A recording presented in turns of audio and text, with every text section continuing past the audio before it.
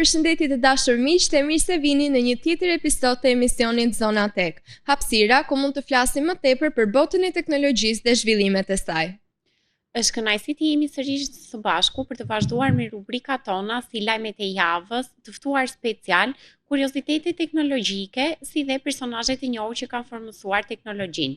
Pa humbur kohë, le të fillojmë me lajmet e javës. Çfarë ka ndodhur këtë javë në botën e teknologjisë? Nis CES 2026, ekspozita më e madhe teknologjike në botë që ndodhet në Las Vegas. Gjigantët e teknologjisë dhe startupet prezantojnë inovacionet e tyre për konsumatorët dhe biznesin, duke përfshirë kështu robot, pajisje shtëpie dhe inteligjente dhe inteligjencë artificiale të avancuar. Apple është drejta e fonit të parë të palodhshëm. Apple pritet të hyjë zyrtarisht në tregun e telefonave të palodhshëm. Sipas raportimeve të fundit, kompania po përgatit lançimin e iPhone-it të parë të palodhshëm që mund të prezantohet brenda këtij viti. Pajisja mendohet që të sjellë dizajn premium me ekran fleksibël, fokus të fortë dhe cilësi ndërtimi më të avancuar në ekosistemin e Apple, që kjo është edhe një risi shumë e madhe për kompaninë me Apple, pasi ata deri më sot nuk kanë krijuar asnjë iPhone të palodhshëm, ndryshe për shembull nga rivali i tyre Samsung. Po. Disney prezanton zgjidhje të reja teknologjike për reklamimin dhe analizën e të dhënave. Në Global Tech and Data Showcase, kompania shpalosi kapacitete të reja që fuqizojnë ekosistemet e marketingut dhe sporteve, duke përdorur kështu teknologji të avancuara në komunikimin në mbledhjen e të dhënave. Samsung prezanton ekranin më të madh mikro RGB në botë, 130 inç. Teknologjia e re e ekranit me mikro RGB premton cilësi shumë superiore të ngjyrave dhe ndriçimit, duke vendosur standarde të reja për televizorët premium. Gjithashtu Samsungu edhe kamerat mendohet që i ka me ngjyra më të theksuara dhe më të bukura se sa telefonat e tjerë. Lego, kompania e mirënjohur e lodrave, prezanton teknologjinë Smart Play për të reduktuar kohën e ekranit. Në CES 2026, Lego zbuloi platformën Smart Play, një teknologji e integruar në bloqet fizike të lojës që i jep atyre reagime dritë zëri, duke synuar që fëmijët të luajnë më shumë fizikisht dhe të kalojnë më pak kohë përpara ekranit. Kjo është shumë interesante në fakt, sepse Legoja është thjesht formuese që i marrin dhe i formojnë, dhe është shumë interesante që ka integruar dhe pjesën e teknologjisë që mund t'i tërheq akoma dhe më shumë për të gjithë ata që e luajnë. Do të shkëputemi për një hapësirë të vogël publicitare, por mos u largoni nga ekrani sepse do të kemi dy të ftuar shumë special, të cilët do të na flasin më tepër për eksperiencën e tyre me teknologjinë. Na ndiqni. Korça Innovation Hub vazhdimisht ju jep fëmijëve dhe të rinjve mundësinë për ta prekur më shumë teknologjinë me anën e kurseve që ajo ofron. Një prej trajnimeve që tani ka përfunduar me sukses është ai i inteligjencës artificiale. Dhe pikërisht për të folur më tepër për këto kurse dhe për eksperiencën e tyre, kemi të ftuar në studio Erik Filon, përshëndetje, dhe Soner Demirin, përshëndetje. Djema e fillojmë diskutimin duke u pyetur se që kur keni filluar ju që të merreni me teknologjinë? Unë kam filluar që të merrem me teknologjinë rreth vitit 2022-2023 afërsisht. Pra ti ke qenë 10 vjeç, ke qenë i vogël kur e ke nisur. Po ti Soner? Edhe unë rreth vitit 2022 ose 2023. Cilat janë disa prej trajnimeve që ju keni ndjekur, sepse unë e di që ju trajnimet që ju keni ndjekur kanë qenë të shumta nga Korça Innovation Hub.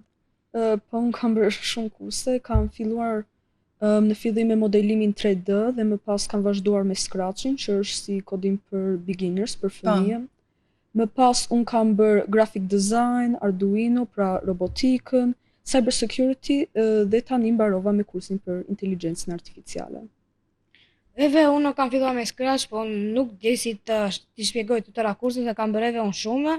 Kam filluar me Scratch, kam vazhduar me modelim 3D, kam vazhduar me graphic design, kam vazhduar me robotikë, Python, kam vazhduar me cyber security edhe me inteligjencën artificiale. Pra ju keni qenë shumë aktiv me këto trajnime që keni ndjekur. Çfarë keni mësuar prej tyre? Disa aftësi që mund të keni marrë? Unë kam mësuar si të kodoj me Python, do ishte kryesorja. Unë gjithashtu me që modelimi 3D ishte kursi i parë që i kam bërë, unë kam vazhduar që ta ndjek këtë pasion sot e kësaj dite. Kështu po. Të pëlqen modelimi 3D. A ke patur ndonjë projekt tëndin me anë të modelimit? Vjet kur ishi në ICT Club, unë kisha ndihmuar motrën time me një modelim 3D që e kishin printuar ata. Çfarë modelimi ishte? Ishte i një baze në Mars. Po Disoner, çfarë ke mësuar nga këto trajnime që ke ndjekur? Unë kam mësuar kodimin, kam mësuar robotikën, modelimet, 3D edhe grafik design. Cila prej këtyre trajnimeve që ju keni ndjekur ju ka tërhequr ose ju ka pëlqyer më shumë? Unë fej modelimi 3D. Pse? Është shumë e bukur, shumë e thjeshtë. Po ti? Ma gjithashtu më ka pëlqyer shumë përveç modelimit 3D që e ndava. Kursi i inteligjencës artificiale, pasi AI është e ardhmja. Duke qenë se kursi i fundit që ka përfunduar tani është ai i inteligjencës artificiale. Çfarë ju ka shtyr ju që të fillonit të merrnit pjesë në këtë kurs, pra të merreshit me inteligjencën artificiale? Mua më ka shtyrë nga që kam shumë kohë të lire, vem që ta kaloj kohën në kurse. Mua më kishte dalë shumë në internet për AI-n dhe se si ai ishte e ardhmja.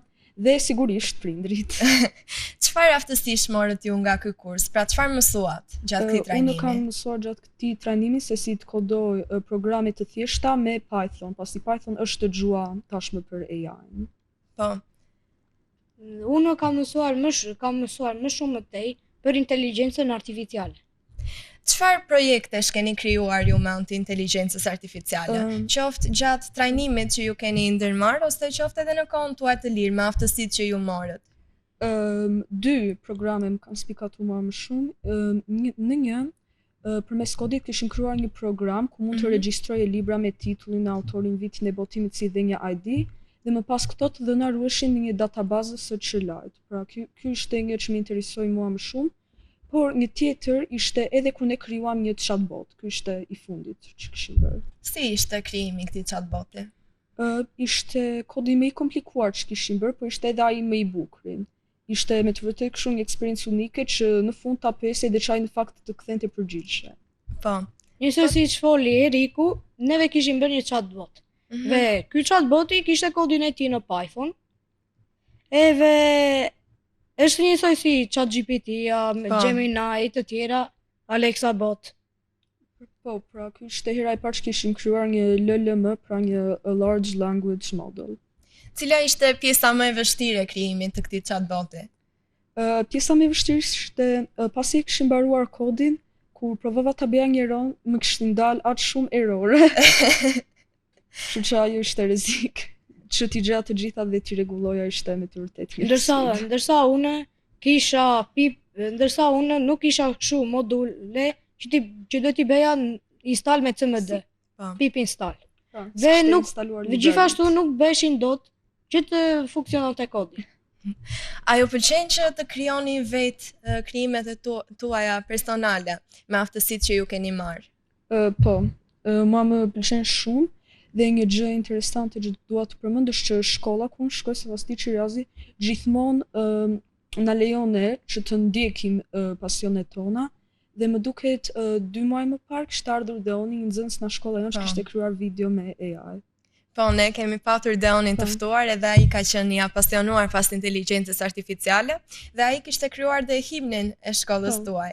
A keni ndonjë ide që ju do doni të krijoni diçka për shkollën tuaj, diçka të re me anë të inteligjencës artificiale? Ma do më pëlqente shumë në fakt të krijoja, sepse unë përveç inteligjencës artificiale pra teknologjisë, kam edhe pasionet të tjera, kështu që kam ndihmuar shkollën tonë të krijojmë. Një që mund të përmend është kur unë dhe disa nxënës të tjerë kishim pikturuar një mural të Sevasti Çiriazit në shkollën tonë. Cila pjesë e teknologjisë ju pëlqen më shumë? Për shembull, ju pëlqen më tepër programimi, ju pëlqen më tepër modelimi, inteligjenca artificiale? Mua më pëlqen më shumë modelimi 3D. Pse ju pëlqen kaq shumë modelimi 3D? Sepse e kuptova që për të dy që ka diçka shumë e dashur. Po, pasi unë kur të rritem do të bëhem edhe arkitekt. Arkitekt? Po.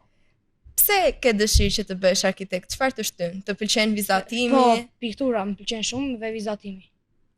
Mua, përveç modelimit që ishte Më duke modelimi na pëlqen ka shumë sepse ishte një nga kurset e para që kishim bërë dhe ende si kishim eksploruar këtë botë me teknologji dhe ndan gjë shumë interesante. Por përveç asaj edhe robotika ishte një nga të preferuarat e mia sepse po ndërtonim me tela, me breadboard dhe ishte interesante për mua. Si ka qenë eksperjenca me robotikën? Eksperjenca e atij kursi? Eksperjenca me robotika ka qenë shumë e bukur pasi robotika në atë pikë kur e bëm kursin, ne kishim bërë disa kurse të tjera me nxënësit e tjerë dhe me profesorë, kështu që i njinim dhe kështu që ishim një komunitet shumë më të afruar, po. Robotikën mua më pëlqente më shumë kodimi i Arduinos. Po. Çfarë ishte ky kodim? Arduinoja kishte shumë mjete të cilat mund të bëje sipas kodimit, ti mund ta lidhje me kompjuterin, robotikën mund ta lidhje me kompjuterin. Edhe sipas kodimit mund të bëje jashtë, mund ta lidhje me atë që kishe ndërtuar. Po. Pra ju krijonit, programonit një program dhe e lidhnit me hardware-in, me robotin që kishit krijuar. Cili ka qenë kursi më i vështirë që ju keni ndjekur? Më i vështirë për t'u kapur, për t'u mësuar? Më i vështirë rrezik do theshja cyber security. Pse? Cyber security? Sepse në atë kohë po mësonin për hake, për DDoS, kështu që ishte pak më komplikuar dhe ishte territor që unë s'kisha shkelur më parë. Po, por në fakt është një territor, siç e theti, shumë i prekur në ditët e sotme, shumë i rëndësishëm sepse ne shpesh herë flasim për faktin se si ne duhet të jemi të sigurt në internet, sepse është një botë aq e mirë, aq edhe shumë e rrezikshme. Po për ty Sonir, cili ka qenë kursi më i vështirë? Pse ka qenë kaq i vështirë për ju? Sepse duhet të merresh me hakerat, duhet të dije hakerin e bardhë, të grijetëve, të zinj. Cilat ishin këto ndryshime mes hakerave? Hakeri i bardhë është kur ti paguan një haker dhe që të ta hakojë, paguan. Ta testoj programin. Po, ta testoj. Pra është një haker me qëllim pozitiv që të tregojë nëse ti e ke ndërtuar në mënyrë të sigurt apo jo programin tënd. Po, dhe më pas vazhdojnë duke u erësuar derisa mbërim në fund. Ju nëse do beshit hakera, do ishit hakera të bardhë, besoj. Mbase. Mbase? Si u ndihmon ju teknologjia në përditshmërinë tuaj, qoftë me shkollën ose me aktivitete të tjera që ju ndiqni? Sepse ju e përmendet që jeni shumë aktive edhe me pasione të tjera. Unë di që ty të pëlqen kitara, ndërkohë Sonerit i pëlqen piktura, edhe basketbolli. Më flisni pak më tepër edhe për këto pasione të tjera tuaja dhe si u ndihmon pikërisht inteligjenca artificiale për to. Unë ndjek pasionin, por siç e thash edhe piktura më pëlqen. Në lidhje me kitarën, inteligjenca artificiale nuk ka lidhje të fortë, pasi kitara nuk ka shumë lidhje me teknologjinë. Por unë ende ndonjëherë kur po kërkoj ndonjë këngë për të luajtur mund ta pyes ChatGPT-n për një këngë të nivelit tim. Ose mund të ndihmoj me notat e asaj këngë që të duhen. Pra të ndihmon edhe inteligjenca. Po për ty Soner? Mua piktura dhe basketbolli nuk ka shumë të bëjë me inteligjencën artificiale sepse e para basketbolli është sport. Basketbolli të ndihmon që ti largohesh pak botës së teknologjisë, të gjesh pak kohë të lirë për veten tënde, për trupin tënd. Diçka është për balancë. Po. Dhe piktura është të vizatosh, domethënë duhet të mendosh çfarë duhet të vizatosh. Por nëse ti nuk mund të vendosh çfarë të vizatosh, ti ose mund të pyesësh ChatGPT-n ose inteligjencën artificiale, ose të gjesh në internet. Ose mund të ndihmoj edhe me tutoriale, me instruksione se si ti ta vizatosh diçka që do. Si mendoni ju se inteligjenca artificiale mund të ndihmojë njerëzit? Dhe a mendoni se ajo mund të ndihmojë? Unë them që inteligjenca artificiale 100% mund të ndihmojë njerëzit. Po më lidhe pak informacion në lidhje me këtë para kësaj interviste dhe më kishte dalë që ChatGPT-ja, më i famshmi në jot, ishte i mundur që të arrinte 1 milion përdorues brenda 2 muajsh, ishte rekord botëror. Pra njerëzit gjithmonë duan që të kenë ndihmë, për shembull, pra kjo më ngjan interesante sepse si njerëzit janë lidhur kaq shpejt me ChatGPT-n dhe kanë bërë një pjesë e jetës së tyre të përditshme kaq shpejt. A mendon se inteligjenca artificiale më tepër i ka ndihmuar njerëzit apo ju ka shkaktuar atyre edhe probleme? Inteligjenca artificiale ka të mira dhe të këqijat e tyre. Pasi inteligjenca artificiale të mirat mund të ndihmojë njerëzit, mund të tutoriale e të tjera. Ndërsa të këqijat shumë nxënës nga shkolla të ndryshme përdorin inteligjencën artificiale të bëjnë detyrat e tyre. Po. Unë dua të përmend diçka. Inteligjenca artificiale më gjanë si shpikja e kalkulatorit. Kur në fillim u shpik njerëzit kishin frikë, do bëjnë njerëzit me matematikë, ai duhet më. Por tani ne kuptojmë që ti mund të bësh matematik, mund ta ndjekësh këtë, por edhe të përdorësh kalkulator dhe këtë desha ta përmendja, sepse nxënësit e shkollës mund ta përdorin AI-n, por gjithçka për balancë, për të gjetur kur është e përshtatshme për ta përdorur dhe kur duhet të bësh diçka vetë. Pra, mund ta përdorin për t'i ndihmuar ata sesa për të shmangur detyrat që ata duhet të kenë. Është një fije shumë e hollë që e ndan inteligjencën artificiale nga përdorimi i saj pozitiv në negativ. Si mendoni ju, çfarë këshillash mund të keni për të gjithë moshatarët tuaj dhe jo vetëm, se si mund ta përdorim në të mirën e saj inteligjencën artificiale? Për mendimin tim, inteligjenca artificiale mund të përdoret në mënyrë të mirë kur ti e përdor atë për inspirim ose për ndihmë, por jo për gjithçka, siç e thash. Nëse ti për shembull duhet bësh një poster, ti mund t'i thuash inteligjencës artificiale që të ndihmojë me layoutin, por jo ta jap informacionin dhe ta krijojë. Që të jap një ide më tepër. Ti sonë si mendon? Ndërsa për mua këshilla ime e parë është që ti inteligjencën artificiale nuk duhet ta përdorësh si për shembull për detyrat, sepse mund të shkaktoj dëm në mendje. Po.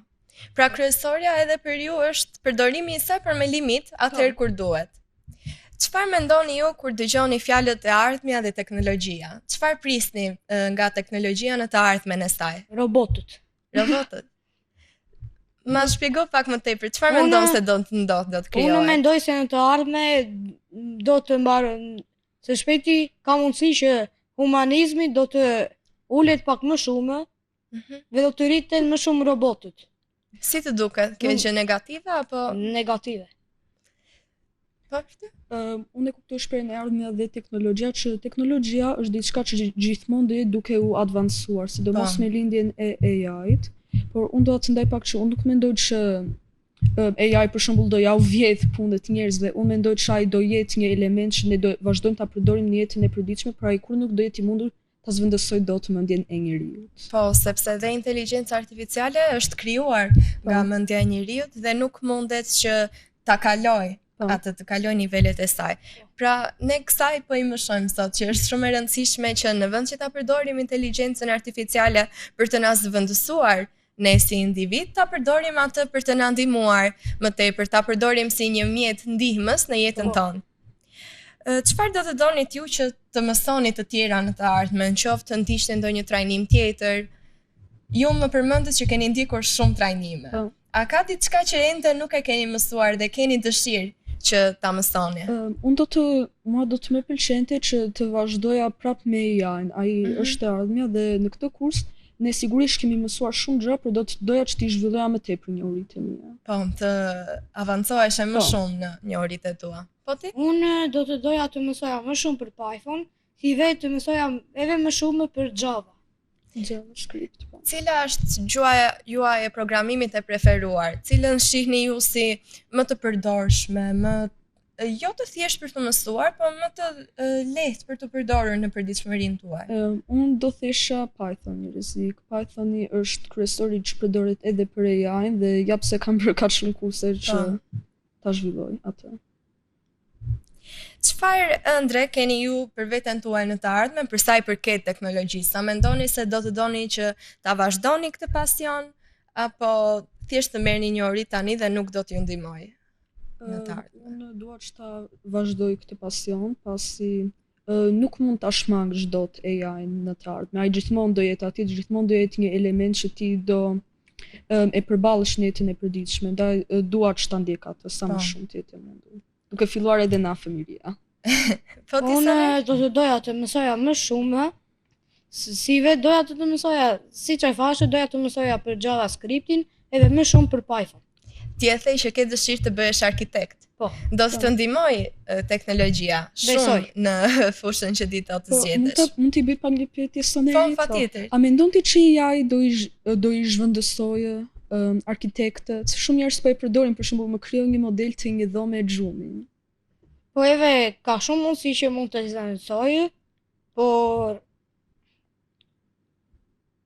ka shumë si shumë, edhe mund t'i zhvendsoj. Po. Që jap se gjithmonë duhet të jesh në kërkim të karrierave që nuk mund t'i zvendësoj AI. Po. A ke menduar ti për një karrierë që do të duash të vazhdosh edhe pse është ende shumë shpejt? Ju jeni të vegjël akoma. Unë jam tashmë midis avokati, pasi do të më pëlqente që ta ndiqja, por edhe do të më pëlqente që t'isha një programues. Po. Pra ekziston kjo frika se ndoshta inteligjenca artificiale do mund të marrë nga puna e njerëzve. A keni ndonjë person që ju inspiron ose ju frymëzon më shumë nga bota e teknologjisë? Një personazh të njohur? Mua një personazh që më frymëzon më shumë nga teknologjia rrezik do ishte Steve Jobs, krijuesi i Apple-it. Ai kishte një vizion për diçka që donte të krijonte dhe ai e ndoqi atë deri në fund dhe kjo mua më frymëzon. Po. Ma më shumë më frymëzon vllai im, pasi ai është në Gjermani dhe po djeg megatronike e cila është pjesë e robotikës ose edhe e kodimit. Që jap se të pëlqen ty kaq shumë. Më fol pak më tepër sepse kjo më duk shumë interesante për punën që vllai jot bën. Po, vllai kur të mbaroj universitetin, masterat e të tjera, ai do të jetë programues do merret me megatronikën e shumë të tjera. Çfarë është megatronika? Megatronika ka robotikën, ka edhe shumë lloje robotikash të tjera, si kodimi, programe të tjera. A do donit ju që të kishit një robot tuaj personal që ta përdornit? Mua më shumë do të më pëlqente që ta krijoja robotin se sa ta kisha. Unë nuk do të doja asnjë robot, sepse po t'i bën te robotit të tjera, atëherë ti do ishe dembel. Unë personalisht do doja ta kisha një robot që të mi bënte të gjitha. A keni diçka që ju, një projekt që ju do donit që ta krijonit në të ardhmen tuaj? Do një ëndër që do donit ta përmbushnit për sa i përket krijimeve tuaja me anë të teknologjisë? Më do të më pëlqente që të besha një profesional në lidhje me Pythonin, pasi kjo është gjëra që mua më intereson më shumë dhe do të më pëlqeja që një ditë krijohet chatbote më të komplikuara se sa ajo që kishim bërë në kurs.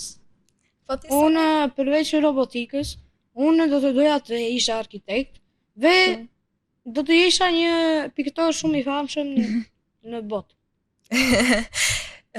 Përveç teknologjisë, pra ne përmendëm që ju keni dhe pasione të tjera. Normalisht që unë do t'ju pyes pak më tepër për këto pasione. Pse ju pëlqejnë ato? Pse i keni zgjedhur që t'i ndiqni? Çfarë ju tërheq nga ato? Unë pikturën e kam zgjedhur sepse kur kam qenë i vogël, prindrit e mi kam ditur se piktura ime do të ishte talenti im, pasi unë vizatoja shumë edhe në kopësht, edhe në shtëpi. Pra që i vogël e ke patur këtë talent për sa i përket pikturës. Dhe tek qyteta e fëmijëve u regjistrova një ditë në vitin 2022 mos gabohem.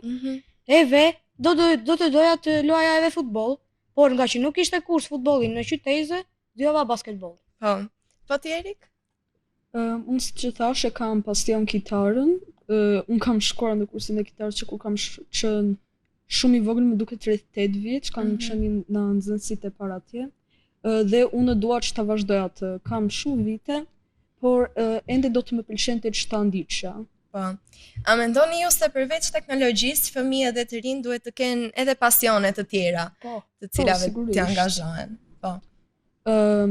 Si që ndam, inteligjenca artificiale, pra teknologjia, edhe pse është shumë prezente në jetën tonë, ajo nuk duhet të jetë gjithçka, nuk duhet që të na pushtojë. Po. Pra ju mendoni se duhet ndar koha që fëmijët kalojnë si me teknologji, si dhe me aktivitete të tjera? Po. A mendoni se teknologjia do vazhdojë që të jetë një pjesë e rëndësishme e jetës tuaj? Po, sigurisht, ajo është gjithmonë duke u advancuar dhe nuk mendoj që kjo advancim do të ndalojë kurrë, nëse po them të vërtetën. Po, mund të jetë shumë e rëndësishme, por ti edhe mund t'i bësh, domethënë, mund të bësh diçka vetë, jo mendimën e të inteligjencës artificiale. Po, teknologjisë. Pra pikërisht dhe mesazhi që ne duam të përcjellim sot është që teknologjia është shumë e rëndësishme, por gjithçka duhet ta ketë limitin dhe stasinë e saj. Po. Shumë faleminderit Djema, ishte shumë kënaqësi që ta kishim këtë diskutim bashk dhe ju uroj shumë suksese në të ardhmen tuaj. Faleminderit. Faleminderit. Miq, do shkëputemi për një hapësirë të vogël publicitare dhe rikthehemi në studio me rubrikat e radhës. Na ndiqni.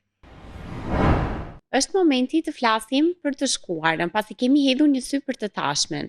Teknologjia që kemi sot është formërsuar ndër vite dhe pikërisht sot do të flasim për artin digjital, që është një formë e artit bashkëkohor që ka lindur si rezultat i zhvillimeve teknologjike kompjuterike dhe transformimit të mënyrës se si artistët krijojnë, shprehen dhe komunikojnë me publikun. Ndryshe nga forma tradicionale të artit, si pikturat, skulpturat apo grafikat, arti digjital përdor mjete elektronike dhe programe kompjuterike si mediumin kryesor krijues të tyre. Historiku i tij është i lidhur ngushtë me evolucionin e teknologjisë, shkencës dhe shoqërisë moderne, duke reflektuar kështu ndryshimet kulturore dhe estetike të epokës digjitale në të cilën ne po jetojmë tashmë. Fillimet e artit digjital janë shumë më të hershme se sa këto që ne njohim sot, sepse ndoshta arti digjital mund të duket si një teknologji shumë më e re, por vitet datojnë që nga vitet 1950 dhe 1960, në një periudhë pra kur kompjuterat filluan të përdoren jo vetëm për qëllime shkencore dhe ushtarake, por edhe për eksperimente artistike.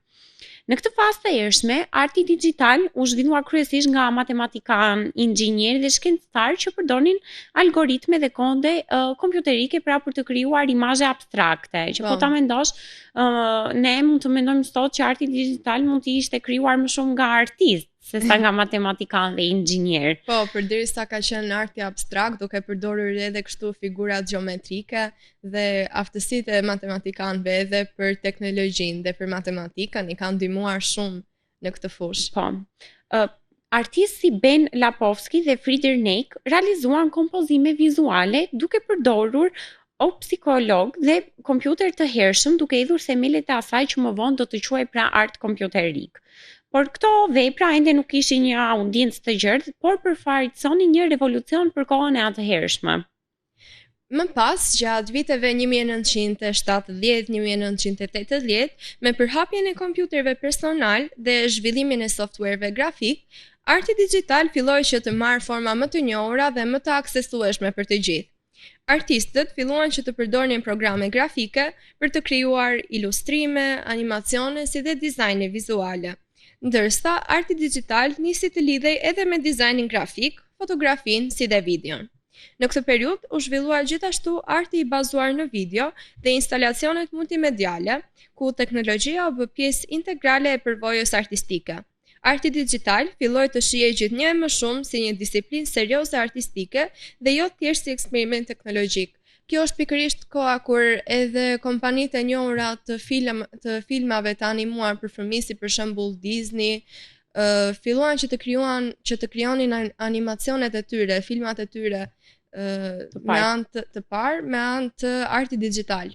Po që për atë kohë ishin të një revolucion normale dhe madje nuk e di, kishin edhe një ndjesi shumë të bukur aty shikoje. Domethënë edhe kur i shikon tani, pavarësisht se arti digjital ka evoluar dhe tashmë dhe personazhet dhe çdo që është bërë 3D. Po. Atëherë që ishin vetëm kështu si cartoons, nuk e di, kishin atë bukurinë e tyre të vetë. Në fakt, filmi i parë i krijuar nga Disney, i animuar, ka qenë Barbarda, një nga princeshat më të njohura, film të cilën të gjithë ne e kemi parë dhe shihet qartë animacioni dhe në nivelin që ishte në atë kohë, sepse nëse e krahason me filmat që kanë dalë ditët e sotme, rrallë herë ka raste që edhe mund të mos e dallosh nëse janë filma të animuar apo nëse janë me aktor të vërtetë, sepse aq realiste ka arritur që të bëhet teknologjia. Sepse kjo janë ndihmuar shumë edhe nga zhvillimi i inteligjencës artificiale për këtë, po. Më vonë, në vitet 1990, shënuan një moment kyç në historinë e artit digjital me përhapjen masive të internetit. Ky zhvillim ndryshoi rrënjësisht mënyrën se si arti krijohej, shpërndahej dhe përjetohej. U shfaq në internet i njohur si net art, ku vepra artistike ekzistonin drejt për drejt në hapësirën vizuale dhe shpesh ishin interaktive. Artistët filluan të eksploronin tema si interneti digital, komunikimi online, virtualiteti dhe marrëdhënia midis njeriu dhe teknologjisë.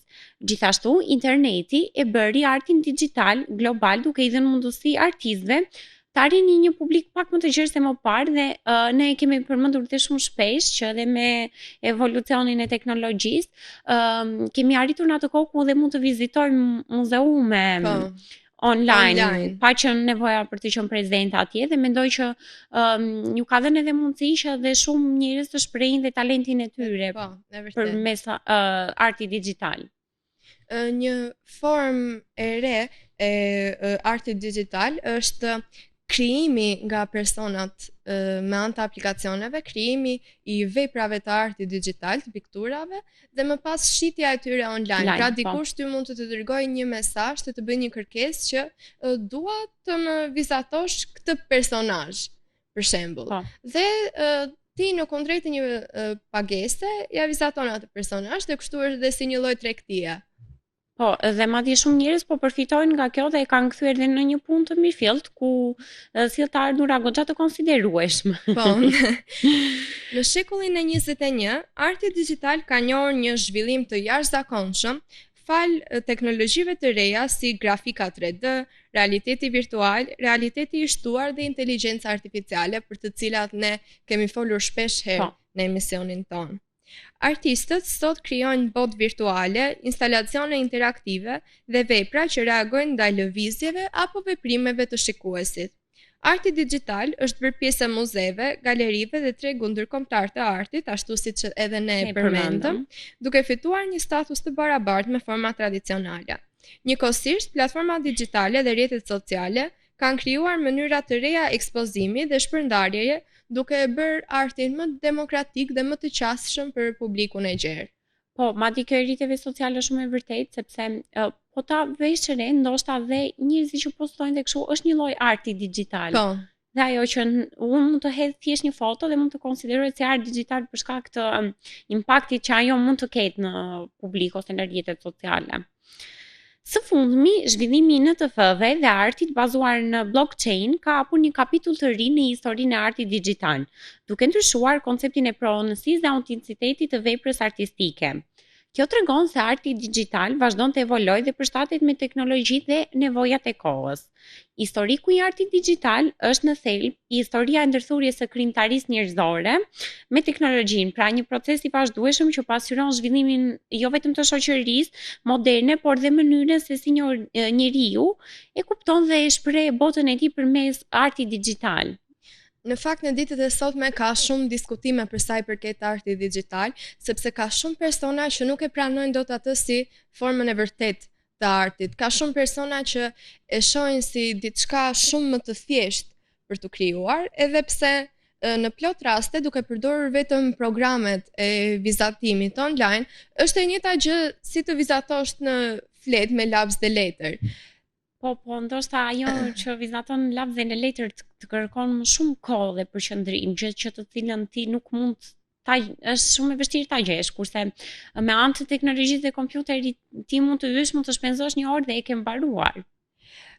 Ajo varet në fakt sepse ti të njëjtin proces pune do të bësh, të njëjtën pikturë do të realizosh, por teknologjia të jep shumë avantazhe për sa i përket edhe mjeteve që do të përdorësh, për shembull llojeve të ndryshme të lapsave, të vijave që ti do të krijosh, të ngjyrave, të jep shumë, ta bën pak më të thjeshtë në këtë aspekt krijimin e artit digital, po më pas diskutimi më i thellë qëndron në faktin se në ditët e sotme shpesh herë përdoret edhe inteligjenca artificiale për të krijuar art. Dhe shumë njerëz po dalin kundër kësaj në ditët e sotme, duke thënë që nuk mund të konsiderohet si art i vërtet, diçka që nuk është krijuar nga njeriu me ndjenja dhe emocione dhe punën dhe lodhjen e tij, të cilët ai ka kushtuar. Edhe unë këtu doja të ndalesha pak, dhe këtë doja të përmendja si kundër argument, që mendoj se tjetër ndjesi të fal një pikturë që e shikon të pikturuar me dorë. Diçka që e prek me dorën tënde. Po, që e prek me dorë, e shikon dhe merr dhe ndjesitë e atij që e ka krijuar. Kurse ndryshe është nëse e shikon kështu si perfekte në atë artin digital. Megjithëse një anë tjetër pozitive mendoj është që dhe kostoja për të bler për shembull për materiale që do të duhen më përdorësh. shumë se sa në kompjuter. Në kompjuter s'ka nevojë të blesh, mendoj materiale aq shumë saç. Po, vetëm në fillim kur duhet të blesh mjetet që do të përdorësh. Për shembull, ka shumë persona që artin digjital e bëjnë me anën e tabletave. Po. Tabletave, lapsit digjital që ti ke për të përdorur. Këto janë thjesht kostot e fillimit, më pas ti mund të paguash edhe për abonimin në programet e ndryshme që do të përdorësh, por ka dhe shumë programet falas të lira, të cilat mund të përdoren edhe nga publiku i gjerë. Dhe është një metodë shumë e mirë mendoj unë për ta mësuar më tepër këtë përdorim të artit me anë të teknologjisë. Dhe diku është e bukura e krijimit të artit, jo të artit digjitalit, të këtij tradicionalit. Për shembull, nëse se bën diçka të gabuar në një pikturë ose tu prish pa dashje, Po. Nuk ke mundësi ta fshish dhe ta rregullosh prap nga e para, po mundohesh pastaj ta rregullosh me mënyrën tënde Po. të krijimit. Kurse me artin digjital të lejon mundësinë Shtyp butonin back. Po, dhe kthesh direkt aty ku ishe. Arti tradicional vërtet i jep një ndjesi shumë më të ngrohtë, një ndjesi shumë më të afërt dhe ti vërtet mund të shprehësh emocionet e tua, dashurinë që ti ke për atë se çfarë po krijon. Ndërkohë që gjithmonë pavarësisht gjithçkaje arti digjital, duke integruar teknologjinë me artin, gjithmonë do të mbetet si diçka më e ftohtë. Jo aq njerëzore sa e krijuar nga dora e njeriu. Por gjithsesi mendoj se do vazhdoj dhe do evoloj akoma më shumë se sa arti tradicional, sepse me zhvillimin e teknologjisë.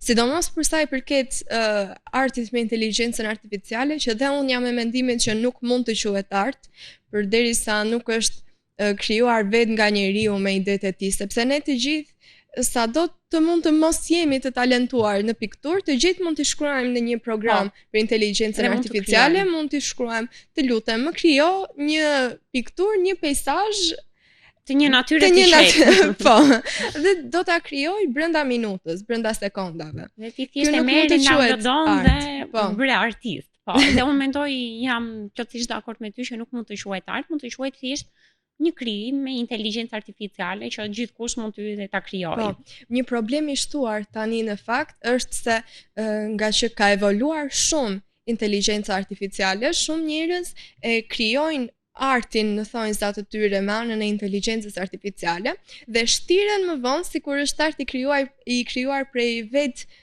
personit. Po, dhe mund t'i shesin këto për çmime shumë të larta, shumë të mëdha, edhe pse as nuk e kanë vënë dorën e tyre fare në atë punë që është krijuar, është diçka që gjithkush mund ta bënte me një celular, me një kompjuter, thjesht me një kërkesë të shkurtër tek ChatGPT-ja ose tek programet e tjera të inteligjencës artificiale.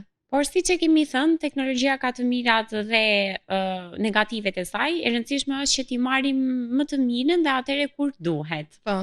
Është momenti të shkëputemi për një hapësirë të vogël publicitare dhe rikthehemi me rubrikën personazhe të njohur.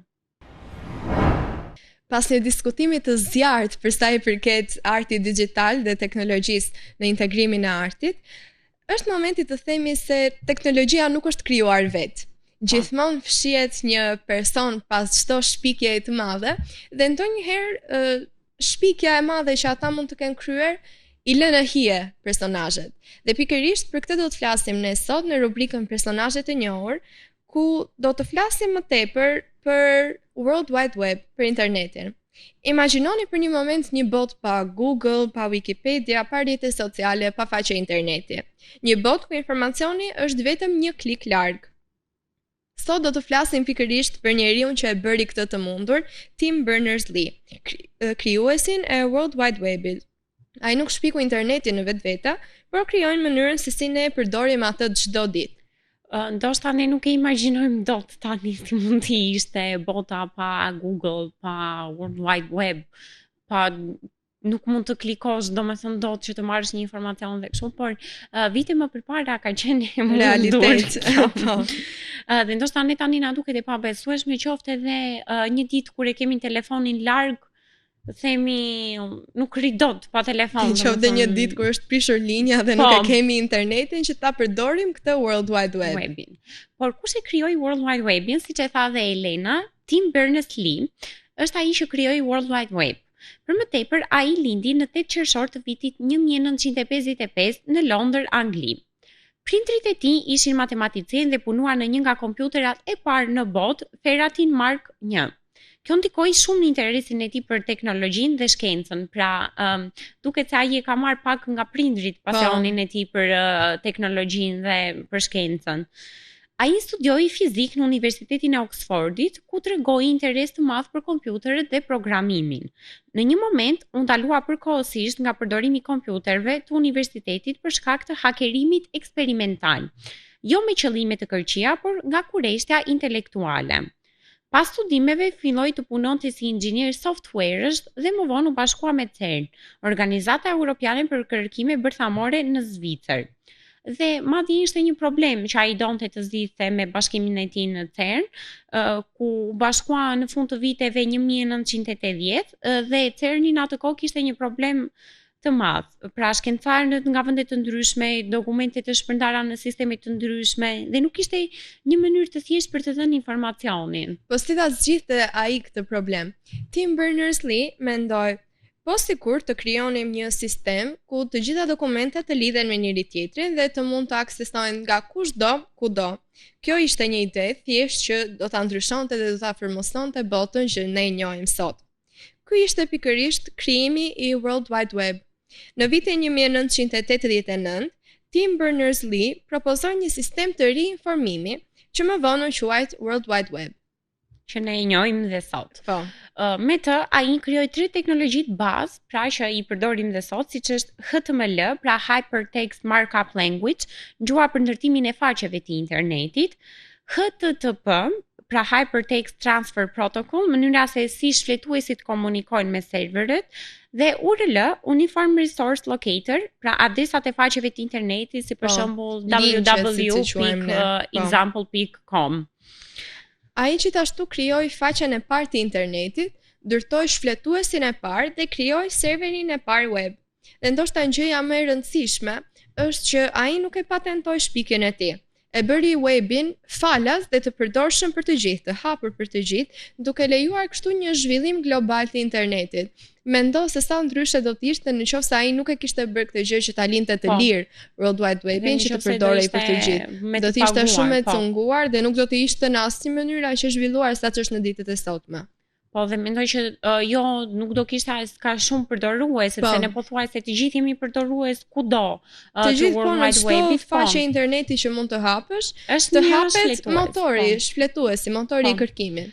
Dhe imagjinoj që të duhet të paguaje për ta patur këtë si akses, mendoj se nuk do kishte kaq shumë sukses ndoshta. Por ndoshta ekziston dhe ana tjetër e medaljes që mund të ishte bërë diçka që mund të arrijë të aksesohej nga të gjithë më vonë. Por është gjë shumë e mirë që ndoshta ajo që pak dorë nga financat e veta. Po ta mendosh, po është gjë shumë e mirë dhe ne kemi arritur këtu ku jemi sot fal World Wide Webit, po që është i aksesueshëm për të gjithë. Por ja pikërisht, pse kontributi i tij është kaq i rëndësishëm për ditët e sotme.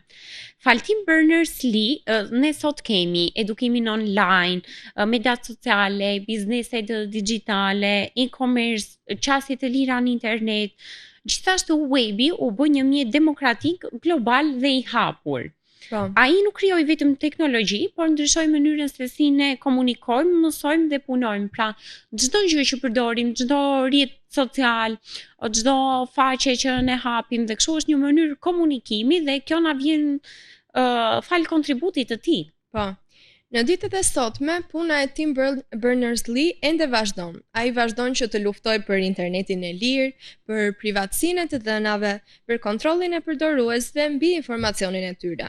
Ai themeloi World Wide Web Consortium, W3C, për standardet e webit, projektin Solid, që synon të japë njerëzve kontroll mbi të dhënat personale, dhe gjithashtu ai ka paralajmëruar shpesh për manipulimin e informacionit, për monopolin e kompanive të mëdha teknologjike, si dhe për rrezikun e keq përdorimit të internetit, sepse ne kemi thënë që aq sa ka të mira, ka dhe të këqijat e saj.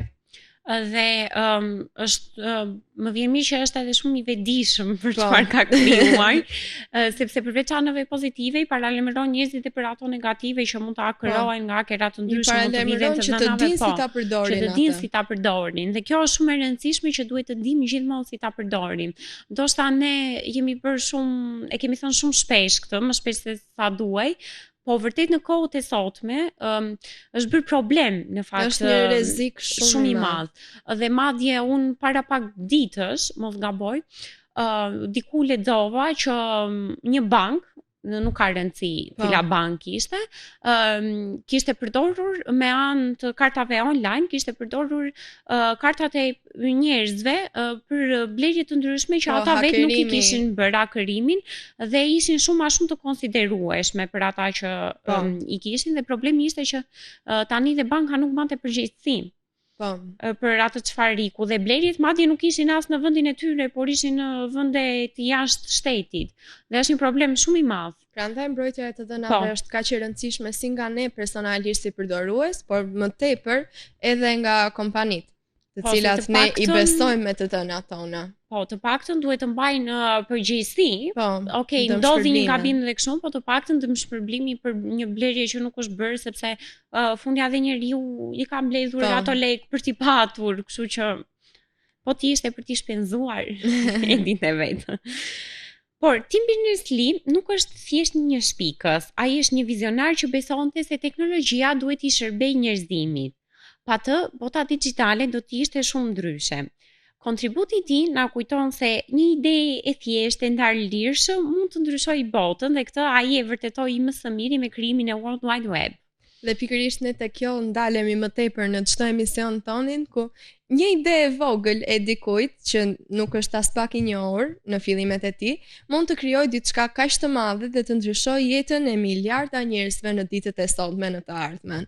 Dhe të bëhen një prej personazheve më të njohur me kontributet e tyre kështu. Po, dhe qëllimi është që ta vazhdojnë nëse e kanë dhe si pasion, qoftë edhe ide për të krijuar diçka, sepse më vonë do ketë vlerë shumë të madhe. Ndoshta tani mund të duket sikur nuk ka, por më vonë do të jetë një vlerë tepër e madhe. Dhe pa humbur kohë, kalojmë në rubrikën tjetër, që është ajo ana gazmore e teknologjisë, që janë kuriozitetet teknologjike. Elina, e diti se përderisa folëm dhe për World Wide Web, të cilën e përmendim, emaili është më i vjetër se World Wide Web. Ti do thuash tani si ka mundësi. Emaili u shpik në vitin 1971, ndërsa World Wide Web vetëm në vitin 1989. Pra njerëzit dërgonin email përpara se të ekzistonin faqet e internetit. Nuk e konceptoj dot. Nuk e di. Si mund të ndodhte. Vasiana, e di e ti që mesazhi i parë që është dërguar me anën e internetit ka qenë një gabim. Jo. Mesazhi i parë i dërguar në internet ishte fjala lo, sepse sistemi urrëzua përpara se të arrinte të shkruajë deri në fund fjala login. Dhe imagjino vetëm nga një fjalë lo u krijuan pastaj mesazhet. Telefoni i parë ishte menduar për të dëgjuar muzikë, pra dhe jo për të gjithë funksionet në të cilat ai ka sot. Alexander Graham Bell e imagjinonte telefonin më shumë si pajisje për transmetim muzike dhe jo për biseda, ndërkohë që mund të përdornin MP3 vetëm për muzikë. Unë ende kësaj qëndroj akoma, telefoni tim përdoret më tepër për muzikë se sa për çdo gjë tjetër. Edhe jimi deri diku, po prap nuk e imagjinoj të se okay, mund të dëgjosh muzikë, do të dëgjosh gjithkohës muzikë, por nuk do ta ishësh njëra të hysh njëherë në rrjetet sociale ose të bësh një telefonat. Imagjino mos e kishe këtë. Do ishte pamundur në ditët e sotme. E dinit që interneti nuk mund të fike ndonjëherë plotësisht. Interneti është i decentralizuar, që do të thotë se nuk ka një buton të vetëm të cilën ti mund ta klikosh, ta shtypësh për ta fikur internetin në nivel botror. Dhe ne shpesh dëgjojmë shumë komente që thonë që në këtë ditë do ngelemi të gjithë pa internet, nuk do funksionojë internet. Jo, mos u shqetësoni. Sepse nuk është e mundur që të ndodhë. Nuk mund të funksionojë në disa vende apo shtete për shkak të problemeve që mund të ketë, por në nivel global absolutisht jo. Pasi ai është dhe ndërtuar nga fibra që janë në tokë dhe shumë të komplikuara për të patur vetëm një buton që të mund ta fikë të gjithë internetin. Interneti i erët, dark web, nuk është vetëm për krime. Edhe pse ka reputacion negativ, dark web përdoret edhe për gazetarë dhe arkivistë në vende me censur. Pra, mendoj ndoshta për të marrë informacione të cilat ndryshme bllokohen nga krimit, po. Por që përsëri dark webi është vërtet shumë i rrezikshëm dhe nuk është diçka që mund të aksesohet thjesht nga çdo kush. Të duhen motore kërkime specifike, nuk mund ta aksesosh atë në motoret e kërkimit si për shembull Google ose Opera dhe të gjitha. Është një procedurë e gjatë derisa ti të arrish ta aksesosh dark webin dhe është vërtet shumë negative. Çdo gjë të keqe që mund të imagjinosh e gjen atje. Ndoshta prandaj dhe nuk është kaq i aksesueshëm, sepse nëse do të gjithë ta aksesonim, do ishte problem pastaj do na lindin pasoja ndoshta dhe mendore. Po. A e dini se emoji i parë është krijuar në Japoni? Emojit u shpikën në Japoni në vitin 1999 për ta bërë komunikimin digjital më emocional. Unë nuk habitem fare për këtë kuriozitet, sepse Japonia ka bërë shpike shumë të mëdha dhe madje diku kam lexuar që fëmijët kur mbarojnë klasën e parë ju kërkohet që të krijojnë diçka në lidhje me teknologjinë në mënyrë që të kalojnë në klasat e tjera. Diçka pozitive nga një anë, po ta mendosh, sepse mund... Po nga një anë ai që s'ka talent, s'ka çfarë krijon. Normalisht që do ketë tolerime, por me këtë mënyrë mund të kuptosh cilët janë mendjet e të ardhmes së teknologjisë që do ta zhvillojnë më tepër këtë fushë. Çdo klik ka një ndikim mjedisor. Çdo kërkim online dhe çdo email prodhon emetime karboni sepse serverët konsumojnë shumë energji. Pra, duhet të ulim ritmin e klikimeve sepse dhe mjediset shumë po shkatrohen ato natyrale në ditët e sotme. Dhe duhet të bëjmë diçka për ta mbrojtur mjedisin. A e dini se interneti konsiderohet më i shpejt se sa reagimet e trurit? Në ditët e sotme kjo në fakt mua më duket e besueshme. Në faktikisht po, sepse ti njëri klikon në hap direkt, truri do 1 minutë ta procesojë në veprimin. Në disa raste, sinjalet e internetit udhëtojnë më shpejt se sa reaksionet nervore të njeriut. Po, dhe mendoj është e besueshme, sepse unë thash që një klik ai vepron shumë jashtëzakonisht shumë shpejt. Ndërsa truri, ja që këtu, që nga veprimi, që truri sa të shkojë të marr mouse-in, ta klikojë atje. Interneti ka rrugë nën oqean. Shumica e trafikut global të internetit kalon përmes kabllove nënujore dhe jo satelitëve. Pra është ajo që përmendëm pak më lart që nuk mund ta fikim, sepse është shumë i gjerë se sa mund të fiket thjesht me një buton. Dhe kjo është diçka shumë pozitive në fakt, sepse imagjinoni çfarë kaosi do të ishte në mjedisin që ne shohim, në qoftë se të gjithë këto kabllot që janë fshehur në mjedise nënujore, ne do t'i kishim mbi tokën tonë. Unë do të thoja edhe diçka tjetër, Elena, që imagjinon në qoftë se do ekzistonte një buton për ta fikur. Ndonjëherë ndoshta duhet një pushim. Duhet. Passwordet nuk ishin menduar për siguri. E çuditshme ta dëgjojmë këtë. Po. Fjalkalimet u krijuan fillimisht për menaxhimin e përdoruesve dhe jo për mbrojtje nga hakerët. Pra thjesht duhet të hyj unë të bëj punën time, po dhe të ngilet atje dhe jo për mos ma vjedhur. Kjo ishte gjithçka çfarë kishim përgatitur për ju sot. Kishim rubrika si lajmet e javës, 2 të ftuar shumë special që ndanë me ne udhëtimin e tyre dhe trajnimin për inteligjencën artificiale.